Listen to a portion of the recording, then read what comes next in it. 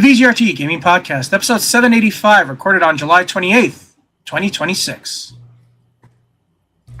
Hello, and welcome to the 785th edition of the TD Gaming Podcast and 618th episode of Video Game Roundtable. I am TJ Denzer. I am Scott Dirk. And I am Jonah Falcon. The VGRT Gaming Podcast focuses on game news from around the industry and a gaming flashback. And I've been sick, so you have no idea how hard it was to hit that so well. Really?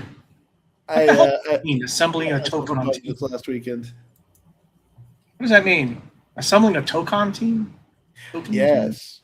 So it plays into what I've been playing. Which, if we want to jump right into that. Not yet. Yeah, it's been a while since we did a last podcast. Been a few weeks, just after July 4th. So a lot of things have been going on. Not all of them happy. Yeah. But you know what? We do have a gaming flashback. And since a certain game was released to wide public today, I thought we'd go with Halo 3. TJ.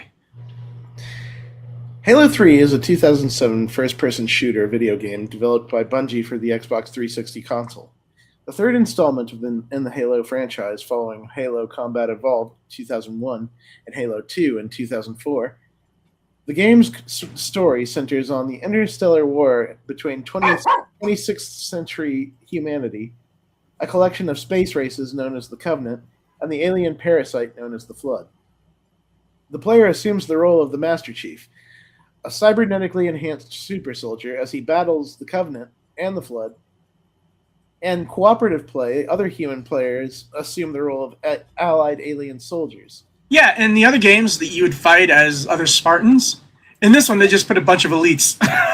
Yeah. The game features vehicles, weapons, and gameplay elements familiar and new to the series, as well as the addition of saved gameplay films, file sharing, and the Forge map editor, a utility which allows the players to perform modifications to the multiplayer levels. Halo 2 had originally been intended to wrap up the story begun with Combat Evolved, but development difficulties led to a cliffhanger ending. Bungie began developing Halo 3 shortly after Halo 2 shipped. The game was officially announced at E3 2006, and its release was preceded by a multiplayer beta to select players who purchased the Xbox 360 game Crackdown. Yeah, I remember that, and people were saying, why are we forced to buy this game, Crackdown, just to play Halo 3? Turns out, Crackdown was a really good game. Yeah. That was a smart bit of marketing, because I don't think anyone would have known about Crackdown, or I don't think nearly as many people would have known about Crackdown without it.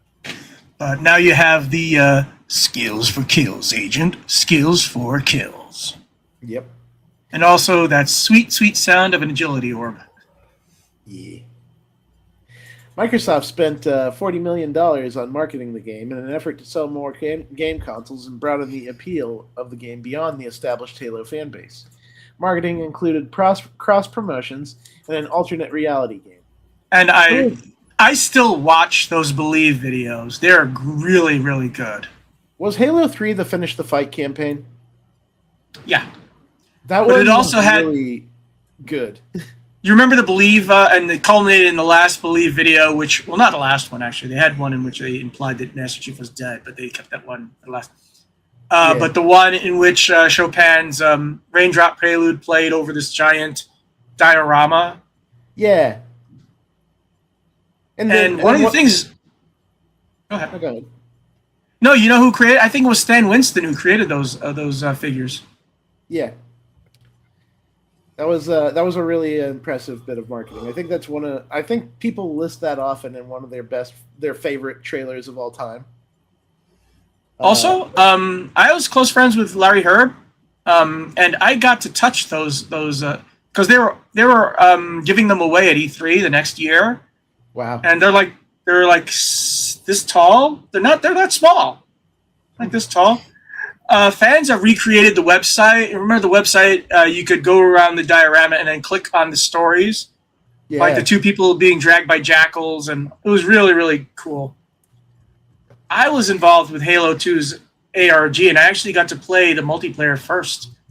against, I think it was Dallas and Seattle.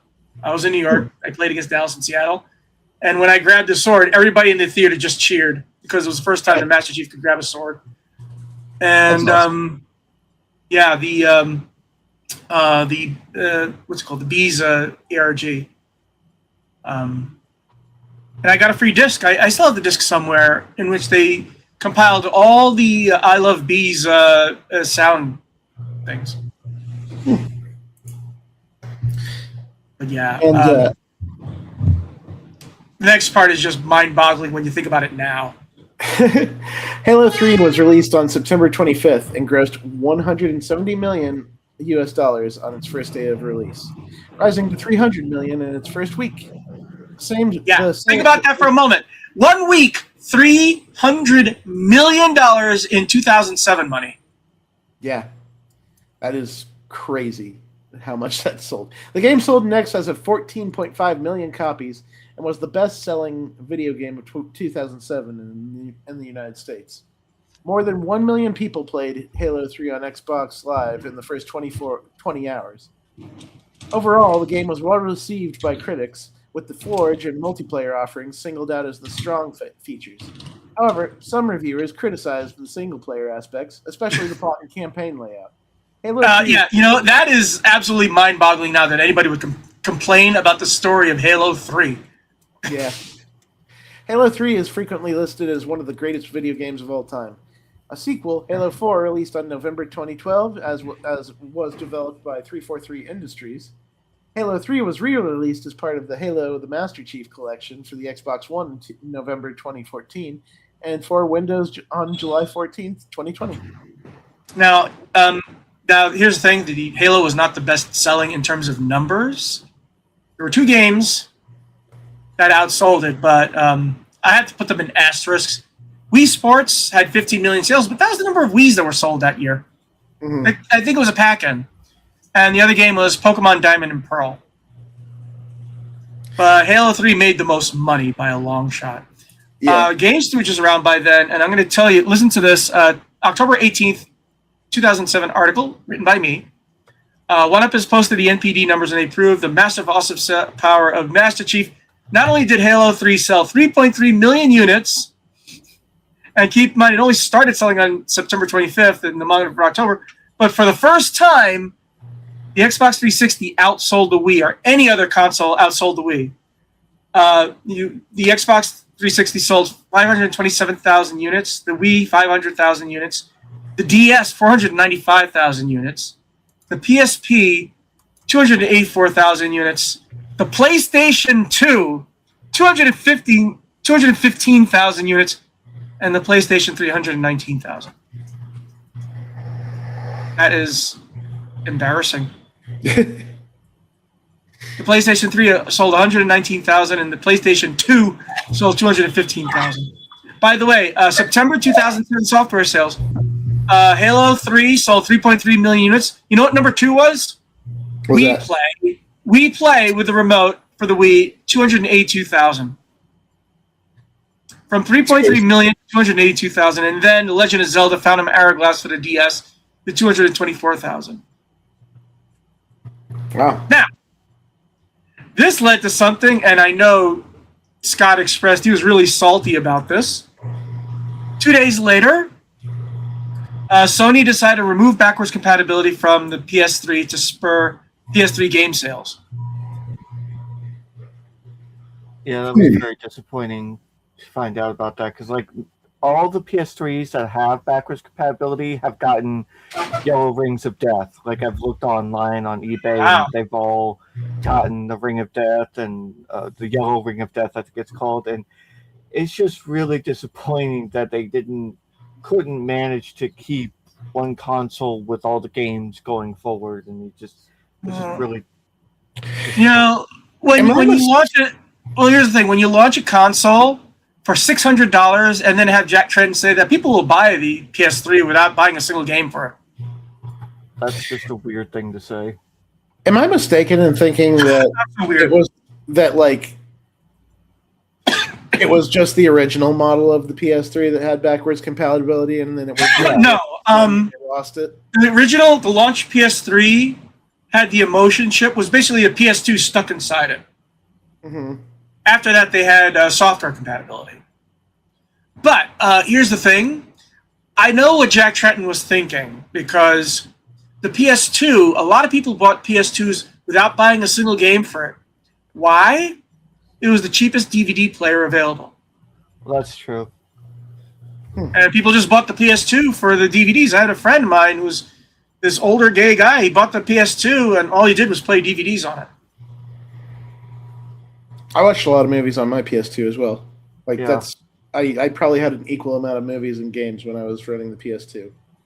Yeah, if I remember correctly, the original Xbox, you had to buy a separate remote for it. And I know the reason why. They didn't want the Xbox to be a DVD player. They just wanted it to play games. And if you want to play DVDs on it, you had to buy the special remote. Which was weird, but, The thing that annoys me is that you can't plop an audio CD into an Xbox Series X and have it play music. Remember you could do that? I did that with the Dreamcast. I did that with the Xbox, but I can't do it with. You could do it with PC even. Of course you can do it with the PC. I'm wondering if you could do it with the Xbox One. I forgot if they allowed that or not. I don't think so. Because here's the thing. Remember, on the Xbox 360, I remember you popped in your audio DVD and then played Grand Theft Auto, and it would play the radio station could be your CD. Mm-hmm. Yeah, that is cool. Yeah. So later in 2010, Microsoft screwed up with the Xbox One. But yeah, Halo. So we're going to go into what have you been playing. And I'm going to say right now, I have not been playing Halo Campaign Evolved. One thing, I've already played it. But for another thing, I played 2 games, and one of them's gotten me hooked. First, one game I'm going to talk about is Shift at Midnight. Have you seen that game? No, I haven't. It's Papers, Please meets Creepypasta. Oh. You have to check people's IDs and make sure they're telling the truth, because they could be a doppelganger. And if you misidentify them and you allow them to check it and they leave, they'll come back as a monster. Oh. And attack, and you have to get out a shotgun or a gun or whatever. And I'm going to tell you something. That game is creepy as F. It is really weird. There are some visuals, and it's like, once I just went to my thing, and there was this 12-foot creature with elongated limbs just staring down at me and doing nothing. Another time, I walked into the convenience store. It's like, wait a minute, what am I doing over there? I had to shoot him because that was not me, obviously. Then you have to check cars, because cars could be demons. Mm-hmm. It is just a weird ass. The only problem I have with it is that it goes for the lo-fi type of visuals, and I can't tell if someone has their tattoo on the back of one of their hands. It's too low res. The other game I've been playing, actually, apparently is an older game. It's called The Planet Crafter. And it's Subnautica, except you're on a planet and there's no underwater shit. Mm. And I've been finding myself playing. As a matter of fact, I got deep into the game. Well, not that deep enough that when the planet started heating up, the lake started filling with water because all the ice was melting. And I should have realized that someone warned me against that. And pretty soon, my base was getting flooded because it was in the bottom of a lake. So I started over. And the fact that I could start over, even though I was deep in the game, says a lot about the game. So yeah. I don't want to play Subnautica because I hate underwater games. It's a pain in the butt. Yeah, but that game is certainly beautiful. Having played a little bit of Subnautica too, man, that game is gorgeous. Running around in it is mesmerizing. And then you run into a sea creature and it gets much less mesmerizing and much more terrifying. But Planet Crafter, there are no creatures that I can see. And it's sort of like it's retro graphics, but it's still really engaging. Nice. The progression is nicely done.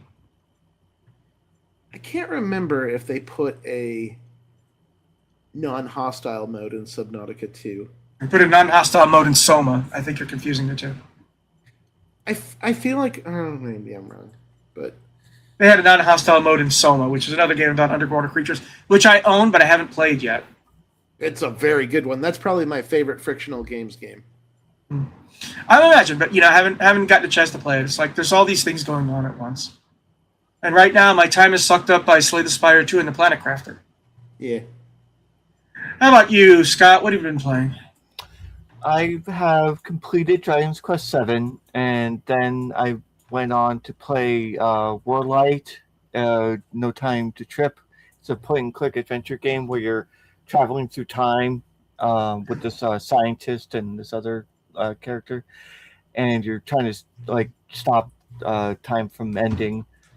And it was really fun, and it has just this real nice nostalgic feel to it because it's set in the 1960s, and then you go to the 1990s, and then you go to 2045, sorry, and that's where the end of time is. So, The end of time is last year. Okay. Well, Yeah. sometimes it feels like that. it really does. And then I played Lamplight City, which was a detective game, also point and click, and you have to solve these 5 cases, and and it's really nice because you can get dead ends, or you can accuse the wrong person, or you get an unsolvable case. So it's really nice to have a game. I know someone who really needs a new Professor Layton game, but Yes, I do. That would be really nice. I don't know when that's coming. didn't they announce one? Yeah, Steam City, something like that. Yeah. Not sure when though it's coming. Just know it's coming sooner or later. I've also been playing The Adventures of Elliot, which is a lot of fun.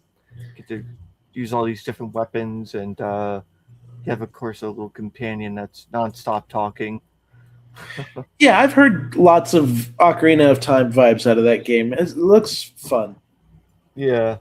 And you get to use different weapons, and I know the devs said that they tried to their inspiration took from Mana, because you could use different weapons on that one. You could switch between the different things. So on here you have a spear, a chain sickle, the bow. What? A chain sickle?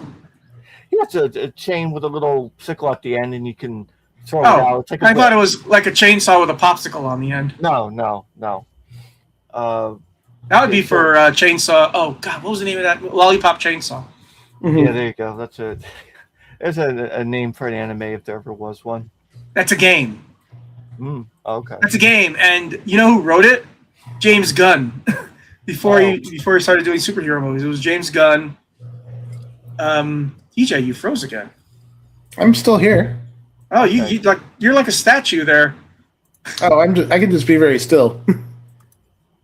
No, he's moving. No, now he's moving, but before he was like. He was mesmerized. Yeah, I was concentrating on the conversation. There you go. Okay, TJ, what have you been playing with your Tokon team? I do want to play Adventures of Elliot. I keep hearing good things about it, so It is good. I enjoyed it. It's good to hear everybody that I've talked to loves it so far. So that's awesome. I'll have to dig into that one when I get a chance. This last weekend, Arc System Works, Marvel Games, and PlayStation Studios ran a open beta for Marvel Tokon Fighting Souls, which is a tag team fighter featuring all of the Marvel characters. And I jumped into that like just white on rice. This is the first time I've gotten to play the game in a version that I was able to access the training mode for one thing. So I got to get in there and lab combos and figure out my teams and figure out what I wanted to do with the game. And then they had ranked mode. They had a little bit of the story mode in there. And I learned that Iron Man is kind of sick and probably my main for this one, which was unexpected. Okay. So I was running a dastardly strategy with him. Iron Man is full of projectiles, beams, missiles, what have you. And I got very good at pushing people to the other side of the screen and then lighting them up with full screen projectile combos that would just take thirds of their life bar away. And boy, howdy, I had myself a good time. And it sounds like a lot of other people had themselves a good time too, with the exception of PC players. It looks like PC got the short end of the stick this weekend. Okay. It's, again, you'll laugh at this, Jonah, a PlayStation Studios game. So make what you will of that.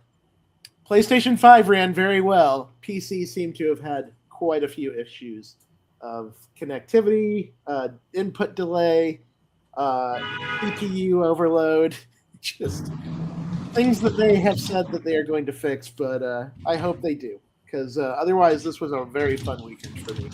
New Arc System Works fighter right around the corner. I'm going to be digging into this so hard. I'm almost certainly going to review it.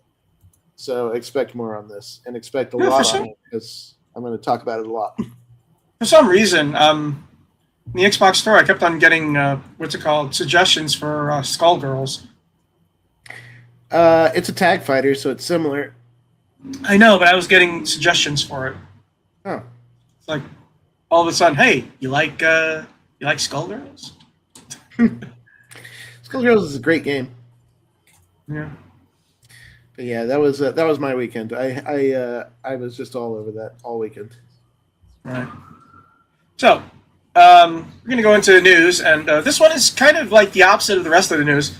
Monster Hunter Wild's latest patch makes online-only missions playable offline.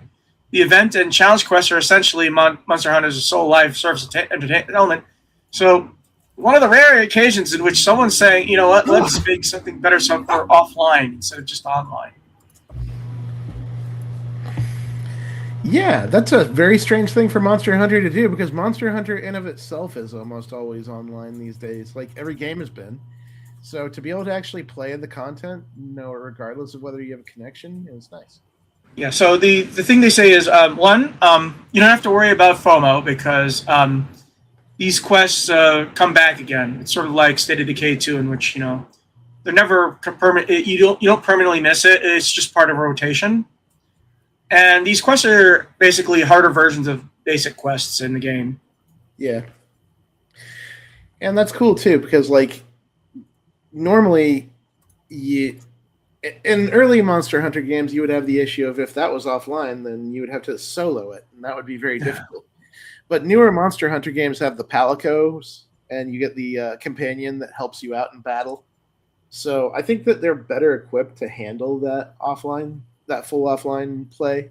I like that. I like that they're doing that for the fans. Bethesda yet again reassures fans that the Elder Scrolls 6's roadmap is unaffected by the recent Xbox layoffs. Were we expecting otherwise? I have no expectations on when Fallout 5 or Elder Scrolls 6 are ever going to hit. No, here's the thing. Those games print money, especially the Elder Scrolls. Elder Scrolls 5 is still full price! Yeah, but when is it going to happen? Do you really think it's going to happen anytime soon? Definitely it's going to happen. Are you kidding me? It prints money. It's like saying, do you think there's going to be another Call of Duty? I mean, look, all I know is that I've been seeing them just focus on Starfield for more than I would like, which I understand. Focusing on Starfield that much anymore. I mean, they have. They were still working on the expansions afterwards, and that's What fair expansion? enough. There was one expansion. And to that I say fair enough, but also I have never. We have. Scott, do you honestly think they're not going to have a Elder Scrolls 6?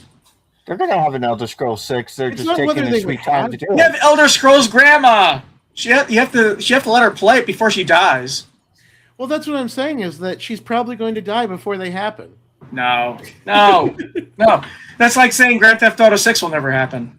No, Grand Theft Auto 6 has a release date and trailers. Yeah. What do Elder Scrolls 5? And for how long how long do we not have any of that? Sure, but I don't think Skyrim is still full price, is it? I thought that was... Yes, it is. It's still full price. The what is it called? The edition, the latest edition. It's still full price. Look, all I'm saying is that in many, many years, the only thing that we still have of Elder Scrolls 6 and Fallout 5 are the key arts. And I don't have an I don't know when expectation. Fallout I 5 is see going to come something out more than because they're only going to start working on it after Elder Scrolls 6 is done. The thing Well, is that they're making a. I have a feeling that Elder Scrolls 6 is going to be a very big game in terms of map size. Well, and there's also the talk going around that Obsidian Entertainment may be reprioritizing towards a possible Fallout collaboration with Bethesda. Well, that's what everybody wants. They see Fallout New Vegas and they say, yes, more of that, please. You know what? Now that I think about it, they did confirm that. They said that they officially confirmed that they are indeed working on a Fallout New Vegas remaster. Yeah. And then, I'd rather have Fallout 6 made by that. Game. Hold on, and then Obsidian and Bethesda are also working on another Fallout project that is not that. That's the thing that's important. The one that's being affected is Elder Scrolls Online. That's what's being negatively affected. They had to shrink down their roadmap. So we know that Elder Scrolls 6 is going to be fine because Elder Scrolls Online is the one that's taking the hit. Sure. By the way, speaking of sequels and remasters, for Halo Campaign Evolved, did you see the ending of the legendary version of the legendary ending? No, did they change it? Yeah, they did. So what happens is that you see the original Halo 3 with the 2007 graphics of Johnson and the Elite fighting over a sword, but then it pulls back and it's on his tablet, and he says, good times. And then he's laying down in a scuttled Jeep, The crowd comes up and says, get out of here. And then way in the distance, he sees the nuclear explosion of the Pillar of Autumn exploding. And he says, well, and then he gets up and he casually tosses his tablet away and says, well, that's my cue. And then a scarab comes, not a scarab, a sword.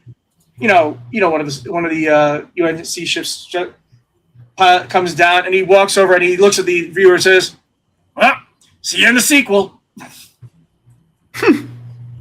Okay, and then. Everybody takes that to mean, yeah, they are going to make a Halo 2 campaign remastered, which is what everybody's begging for. Interesting. Yeah. It's like, you have to see it. Well, that's cool. Yeah. Anyways, now for some fun, quick news. Atari signs a deal with Universal Pictures to develop movies. Now, we're going to go game by game by game, and we're going to talk about how much it'll make for a good movie. If it's a good fit for a movie, if it's not good for a movie. Asteroids. Good fit, because you have a space sim, not just, maybe you have space combat within an asteroid field, that sort of thing. That would be pretty good. A movie that's sort of like Wing Commander. There is a level in the new Star Fox, the remake of Star Fox, that is just going through an asteroid field, and it looks gorgeous. And I would love to have more of that. Star Wars had an asteroid field in The Empire Strikes Back, yeah. Yep. Adventure. Oh, this is so simple. It's a fantasy movie about killing a dragon. Yep. You can't get more basic. That's a good fit. That's definitely a good fit, yeah. Berzerk, that's also a good fit. Killer robots. Yes. Get the humanoid. You have to escape a building full of, although I wonder how they do Evil Ed. So for those of you who don't know, Evil Ed is that bouncing ball when you take too long and everything, you go boing, boing, boing, comes at you. Jesus. Yeah.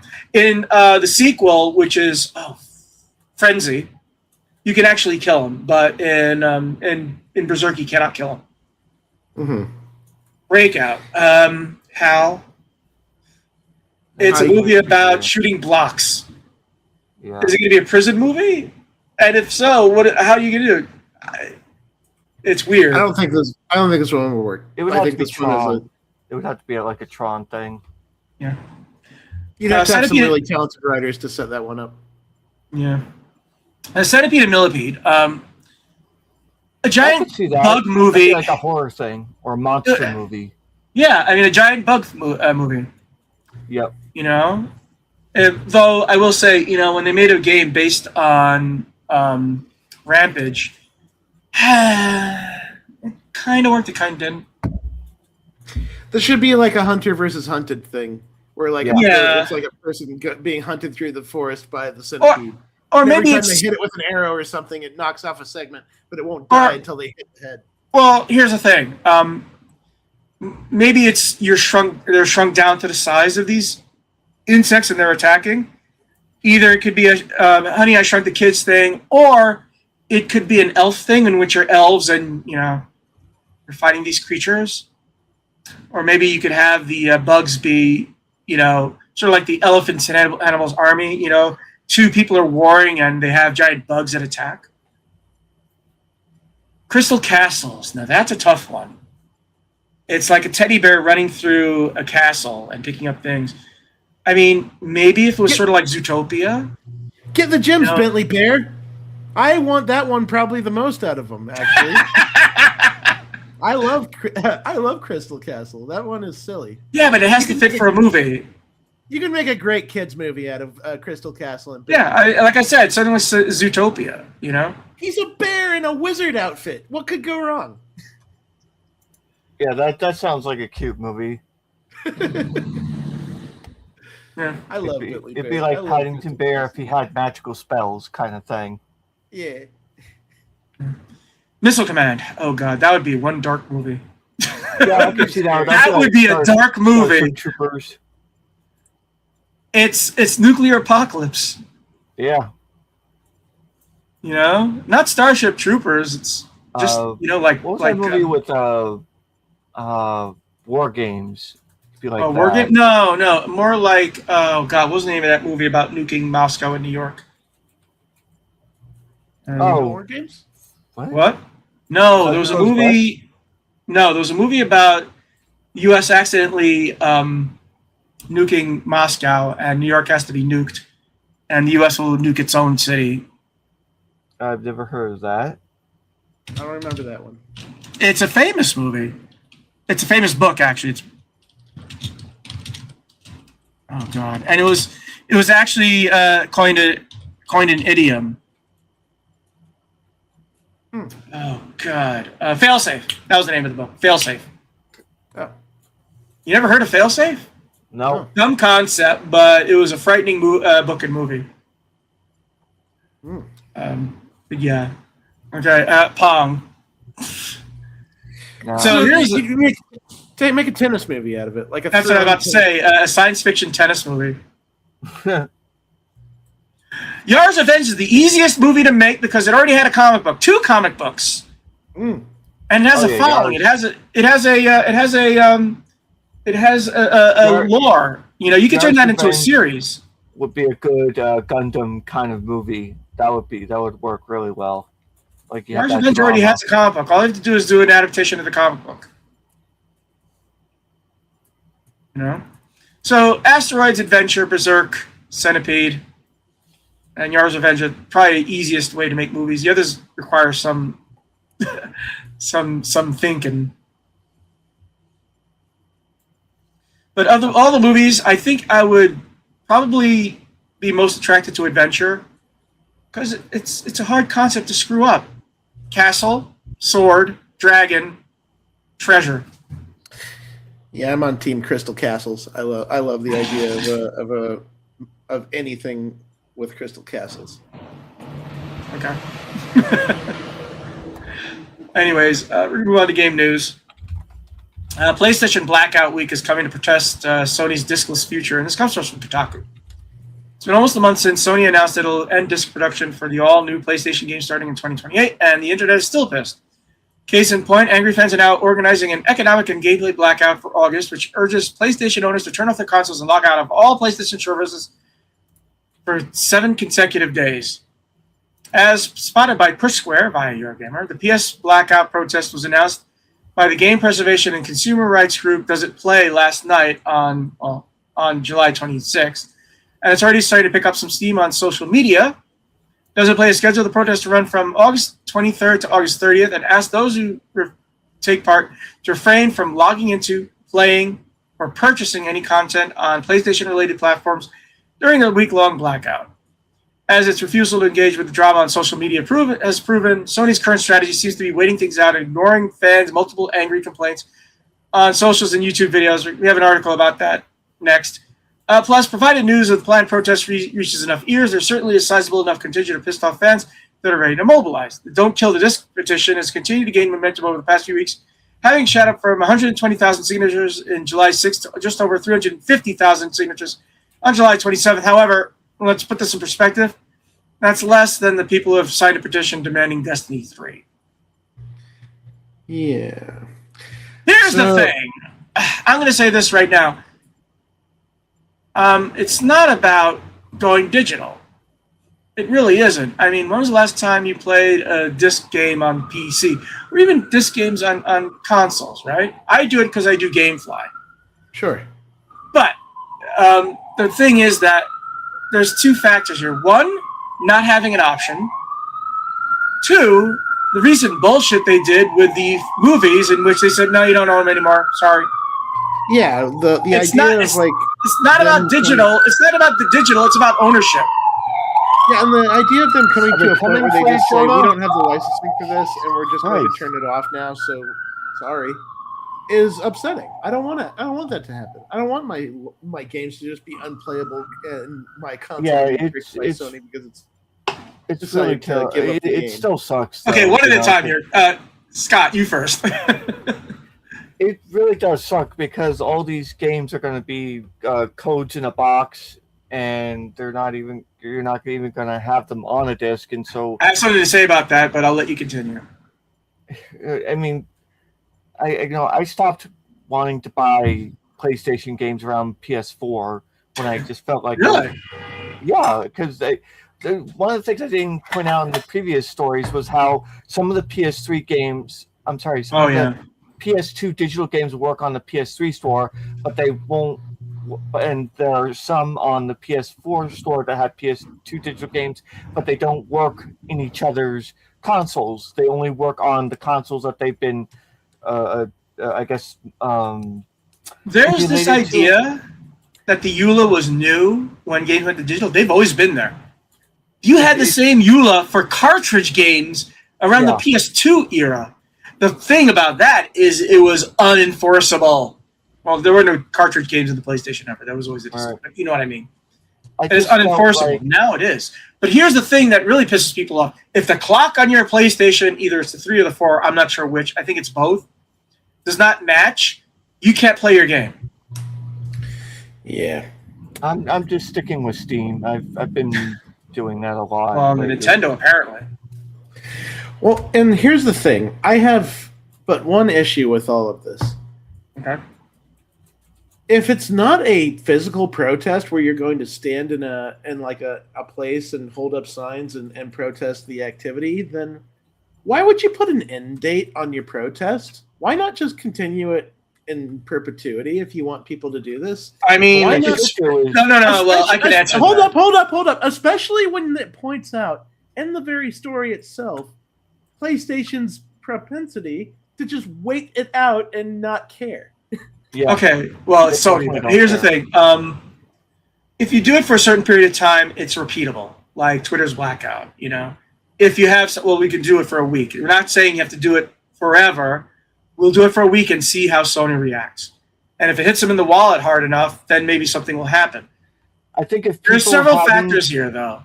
I think if people hadn't pre-ordered the GTA 6 so much, maybe that would have been noticeable. Maybe Sony would have taken notice, but I think they've made so much pre-order money on that. I don't think they care. Yeah, that's not what I'm going to tell you the real bullshit here. Sony wants discless digital games, right? Mm-hmm. But they're going to put the fucking games on boxes and shelves with a code in it. What's the matter? You don't want to see... you have Microsoft games there and Nintendo games. You don't want to be the one who doesn't have any games on the shelves. That's number one. So you want to have digital-only games, but you still want to have shelf space. 2, you know why they have to put games on the shelves? Because those retailers who are selling your fucking console are not going to be pleased if people won't buy their games from them. You have to have people buying the games at the store and not the PlayStation store. Yeah. And one person said something that was very interesting. It's not even like Sony is going green here. You know, they're still wasting paper and plastic on putting boxes on the shelves. Yeah. In a very unappealing way at that, which is kind of wasteful in of itself. Go ahead, Scott. You were going to say something. Yeah, there's been a lot of upset people I know who said they're leaving PlayStation to go to PC now. So there's definitely a movement. Well, I know they don't want to go to Microslop. No, I've seen those T-shirts coming out with Microsoft. Just get away from AI, please. It's exploding. You don't want to be there when the explosion happens. It already exploded in South Korea. Yeah, I saw that. Yeah, I saw that story. The problem is that I saw another video about this. Is that Sam Altman is trying to make us that we pay for his debts and not him, which is really skeezy. I say no bailout. You're doing an Enron right here. You know, they're claiming they're worth $100 and some odd billion for a product they haven't really put out yet. You know, future earnings, please. Someone's heads are gonna roll on. You know, here's the thing: you thought the 2008 thing was bad. You thought 2001 was bad with Enron. You thought 2008 was bad. This is worse. This is what's it called? This is billions of dollars that they're going to try and foist on us when the inevitable bailout happens, or they attempt to bail it out. I'd like to give them a thing. You're not a bank.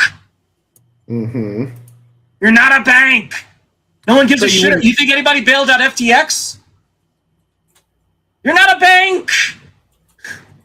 You're not part of the FDIC. Yeah. You know? Anyways, the next item is related, so just run through it, TJ. Sony had the strictest social media guidelines they've ever seen issued, says former first-party dev about physical disc backlash. What a surprise. From Eurogamer.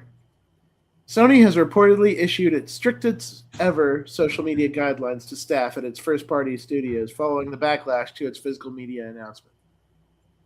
That's according to Alana Pierce, who worked at God of War developer Sony Santa Monica Studio as a writer until 2024. People working at PlayStation first-party studios tell me that Sony had the strictest social media guidelines for this particular thing that they've ever seen issued, Pierce said, thanks source Insider Gaming. Yeah, Insider Gaming, by the way, has been getting all these stories coming out of Sony. You might have noticed that in the previous article. Yeah. All releases from January 2028 onwards will be digital only, including code-in-the-box style options at retail. It applies to all games releasing on PlayStation, including third-party titles, not just those produced by Sony Interactive Entertainment. By the way, I have to say, you know, if you go to Best Buy, you do have Microsoft and Nintendo code cards for games, but they're not in boxes. They're just there saying, well, if you want to get it digitally here, you can do it, or you can get the disc, you know. Well, of all the nonsense things that Sony has done that are terrible and stupid, this is the one that makes the most sense, because I don't know if you've seen the responses to most PlayStation games on social media right now, but they're getting community noted to hell just with the whole this game won't be available on people are. But that's my other point, by the way. These retail. Wait, I'm going to interrupt for just a second. You know, these retail stores are going to have to do something else. Yeah. You're going to have a lot of pissed off people coming back with boxes. Where's the game? I can't use the code. You know, and so they're going to have to put big signs on these PlayStation things, no disc included, and slap these things. They can't just hide it on the box. They're going to have to slap big signs on it. And it was one thing when those community note posts ended up under just straight up PlayStation social media posts. But then they started ending up under Insomniac posts, under Arc System Works posts, under pretty much any game coming out of PlayStation Studios with any sort of PlayStation focus ended up getting community noted on it. Like God of War Laufey got it. It's rampant. And so I kind of get it. But you also shot yourself in the foot. So yeah, makes sense that you would bandage your foot after you shot yourself. I don't know. It's one of the things that I have to wonder about is how do people still want to work for Sony? Because remember, Activision Blizzard, they had to kick what's his face right out because it was getting too much with him. You know, when Microsoft purchased Activision Blizzard, thank God, if nothing else, we get that asshole out. Yeah, it's Screw you and your golden parachute. No kidding. It's a golden shower parachute.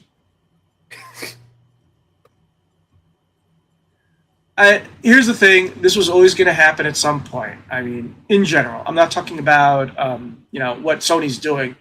What I am saying is that it's slowly coming. I mean, no one buys this physical PC game anymore. Most people get their games digitally on Xbox and Sony, and even Nintendo's getting into it. Remember the big brouhaha about these discs, these little cartridges? No game on it. You got a code with it. Mm-hmm. So it's going in that direction. The thing is that we have to rely on the EU. Remember what the EU did? EU made it so that Sony and Valve and Microsoft all had to allow you to have refunds on digital games. Mm-hmm. So something.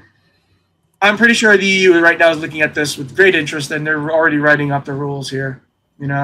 If you say something's for sale and it says buy and not rent, the consumer owns that shit. You cannot take it away from them.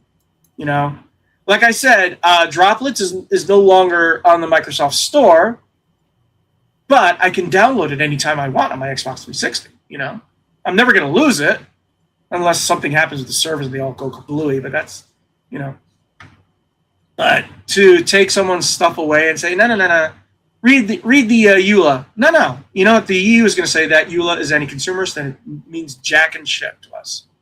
It means jack and shit to us. That contract is null and void. Try again.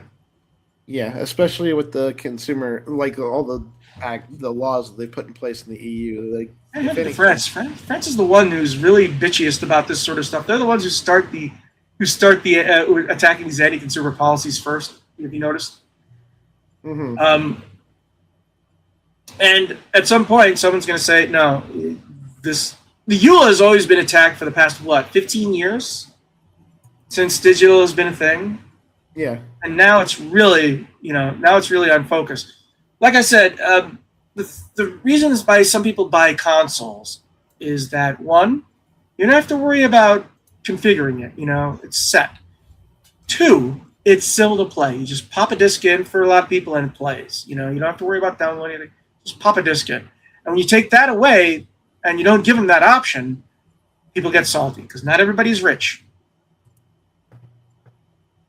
So, but the other point I wanted to make is I wonder how Sony employees feel at this point when Sony is becoming very draconian about this stuff, and they're trying their basically, if we ignore it long enough, it'll go away strategy.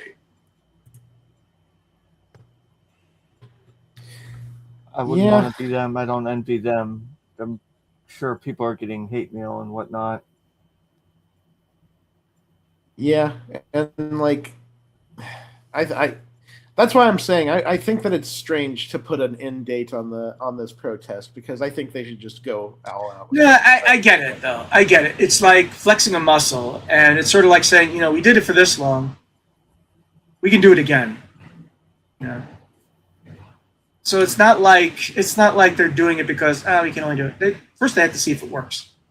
Also, If you don't give an end date, some people may crack earlier. It's sort of like when you give someone a deadline, they go to the deadline. If you say we're going to stop playing, and it's like at some point they're going to break. After 4 days, after 5 days, you have to give them 7 days. It's sort of like, okay, I just need to hold out for 7 days. Sort of like Lent. I don't have to eat meat for how many days? Okay. So it makes sense to me. Like I said, doing that will cost Sony a pretty penny. I mean, Twitch only lost, what was it, 20%, 25% of their streaming for one day, and it just hit them hard. Like they lost something like $1 billion or something like that. Yeah. So we'll see. But like I said, it isn't the digital that's the problem. Digital has come. It's been around as the main purchasing option for the past 15 years. I'd even go even further than that, but the problem is ownership. The problem is the problem is ownership. I'm sorry. The problem is ownership and options. Do I own it if it's digital, and do I have the option to have a physical disc? Now you can say it's Scott. I'm sorry. Yeah, I remember back when Skyrim came out, and I remember going and getting the disc, and then when I got it home and installed it, it linked up immediately to Steam, and I never needed a disc after that. It was always on Steam. I bought Alpha Protocol 3 times. Once, then a second time when it was on sale, the physical disc, and then the third time because the copy protection was just annoying me, so I got it on Steam for $3, and I never touched the discs again. So there is a purpose to digital. The thing is that you got to make sure that it's not predatory. Right. Agreed. Now here's an example of a positive use of digital. Xbox rents PC versions of select Ubisoft games to digital copy owners, and this comes from Shack News. Xbox and Ubisoft announced a new partnership that'll let Xbox players score Ubisoft games from their PC library at no additional cost. The select list of games are given to players who already own it digitally on the Xbox. And the games include stuff like Assassin's Creed Mirage, Valhalla, Watch Dogs Legion, and I actually checked it, and I do have Watch Dogs Legion automatically. This is sort of like Play Anywhere. Like you buy this certain game on Xbox, it's also on PC as well. Yeah. It's Ubisoft. They're going to roll it out until August 4th, all the games will be out by August 4th, I mean. I will not be downloading the PC version of Watch Dogs Legion because it does not have achievements in it. It's your basic PC, straight up PC version. Oh, you also get all the DLC too. Own it. So it's not. I mean, Microsoft already does this with their Play Anywhere games. Like for example, Planet Crafter is, and so is Shift at Midnight. They're Play Anywhere, which means I can download them both on my PC and Xbox, and the saves. The saves are in the cloud, so they translate. It's nice. I don't know what's motivating behind it. Maybe Ubisoft can't sell games on PC for some reason. Because here's the other thing. It's not the reverse. If you own it on PC, you do not own it on Xbox. It's a nice feature. It's kind of a one-way, but it's kind of a one-way street right now. It only works from Xbox over to PC. Also, it's like I said, it's just the straight-up PC version. It's not an Xbox Live PC version. So you don't get the. I don't know if you have cross saves, but I know you don't get achievements. You don't get Xbox achievements. Yeah. Maybe I haven't checked games like I don't own Phoenix Rising. Oh God, what the stop it? Immortals Phoenix Rising. I don't own it. Sorry. The one that makes me laugh is Skull and Bones, the Crew and the Crew Crew 2 and the Crew Motorfest. Wasn't the Crew 2 just cancel? Did they end that, or they killed its online mode, online features, which was most of the game. Oh, yeah, that was what started Stop Killing Games. Yeah. And Skull and Bones, it's a good game for like 2 hours. It's a mobile game. They're like some double-digit amount of seasons into that game. What? How the hell? No, Skull and Bones. Oh yeah, I mean it's not exactly the hardest game to create things for. There's not much going on in the game, so it's easy to create seasons. But double-digit seasons? I don't know. Yeah, well, I mean, you just change a variable. Crazy, but I still haven't played Avatar. I remember when you were addicted to Tom Clancy's Rainbow Six Siege. You were addicted to that was thing. Great. I also liked Extraction because it was the same game, but it was the same operators, but an extraction shooter.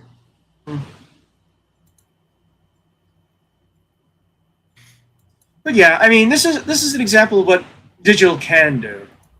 Yeah. If only it was, and like, it is a little bit odd that. It's one way. I have a feeling that here's the thing. I have a feeling that Ubisoft's PC sales are not great right now. Probably not. And I would imagine that, like, as far as your achievement thought goes, if it doesn't open the Xbox client on PC, I wouldn't imagine that it interacts with anything from Xbox. I mean, some of them might actually be Xbox Live. I just know Watch Dogs Legion is not. Okay. I'm willing to bet you Immortals Phoenix Rising would be. For some reason, I have a feeling that would be. But yeah, I mean, stuff like... I would like it if Sony did the same thing, in which they don't even have to allow it, just have their PlayStation games also purchased on PC, but not sale. It's only private. Because we know that whatever Microsoft's coming out with, it's going to play PC games, and Sony doesn't want that to happen. The way Sony is going, I don't know. It's like whenever they have the lead in sales, they act like pricks. The PlayStation 4, they had to be very consumer friendly because the PlayStation 3 just did not sell. It actually outsold the Xbox 360, but that's because Microsoft stopped backing the Xbox 360 after a while, and they started focusing on the Xbox One. I'm sorry, I still want to play some Kinect games. Kinect Fruit Ninja was awesome. Made me tired, but it was awesome. You can still play it in like ticket arcades. They sometimes have Fruit Ninja. No, but I want Kinect Fruit Ninja, so I'm there with my virtual sword. Yeah. I mean, I got the achievement for playing the Halloween sword on Halloween and the Christmas sword on Christmas. You don't want the Star Wars Kinect dance game back? Oh, that's awesome. That's the best game that was ever made. Especially the one with Darth Vader and the Emperor dancing. Yeah. And the way that Emperor Palpatine just stares straight at you as he's dancing. He's dancing, but his face is just looking straight at you. It's sort of like, it's like a threat by dancing. Watch me. Although I do like the fake songs, like for Han Solo and Lando Calrissian, they did I'm Solo, except it's I'm Han Solo. I'm Solo, I'm Solo, I'm Solo. Shooting at the... It's awesome. But, people said they were never able to make a lightsaber game for the Kinect. They did, but I'm just made a good one. Yeah. And that's what Fruit Ninja was. It was a good lightsaber game. I mean, eventually we got Beat Saber, which is pretty dope. That's VR. Sure, but it's a VR game. I want Kinect games back, damn it. And you can do it on if you have an adapter. I have to do it at some point. Just get the adapter, put in my Kinect, because I still have my Kinect. Hook it up, and start doing some Fruit Ninja. I wonder if Fruit Ninja is backwards compatible. I doubt it.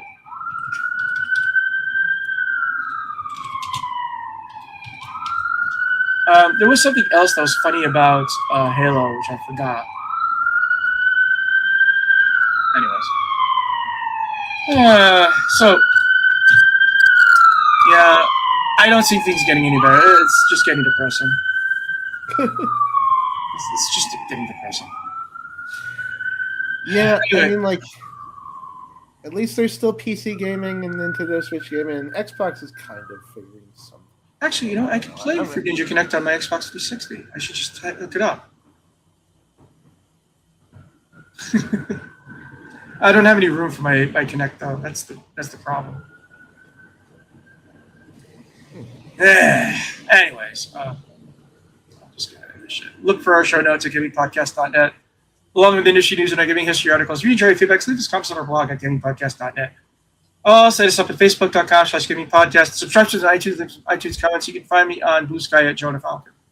You can find me at Johnny Chugs. You can find me at Chart the Sage. And hopefully we'll see you next week. Happy gaming, everyone. Have fun, be cool, play games, y'all. And that ends.